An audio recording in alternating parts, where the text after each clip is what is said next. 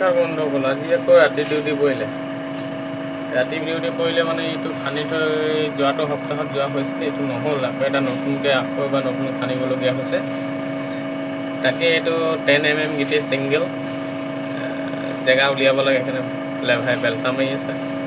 সেইফালেও লেভাই ৱাল ভাঙি আছে, তলত PCC ঢালাই ভাঙি আছে। নহ'ল সেইদিনা লেভাৰ দি ভাঙি আছে।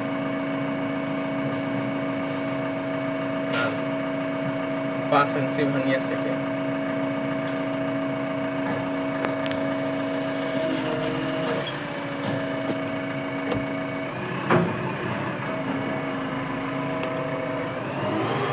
জমা কৰিবলগীয়া হৈছে। এইটো আনি আনি ইয়াত আনি জমা কৰিছে। এইটো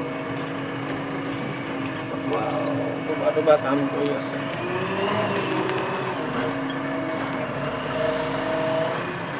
সকলোকে বিহুৰ শুভেচ্ছা থাকিল। কালি যিহেতু বিহু, গৰু বিহু, মানুহ বিহু, গতিকে আমি বিহু ছুটি নাপালোঁ। কি কৰিম আৰু, দুখৰ কথা।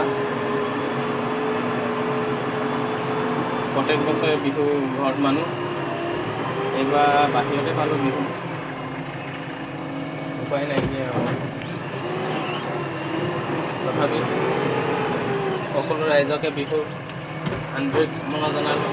ভালে কুশলে বিহু পালক।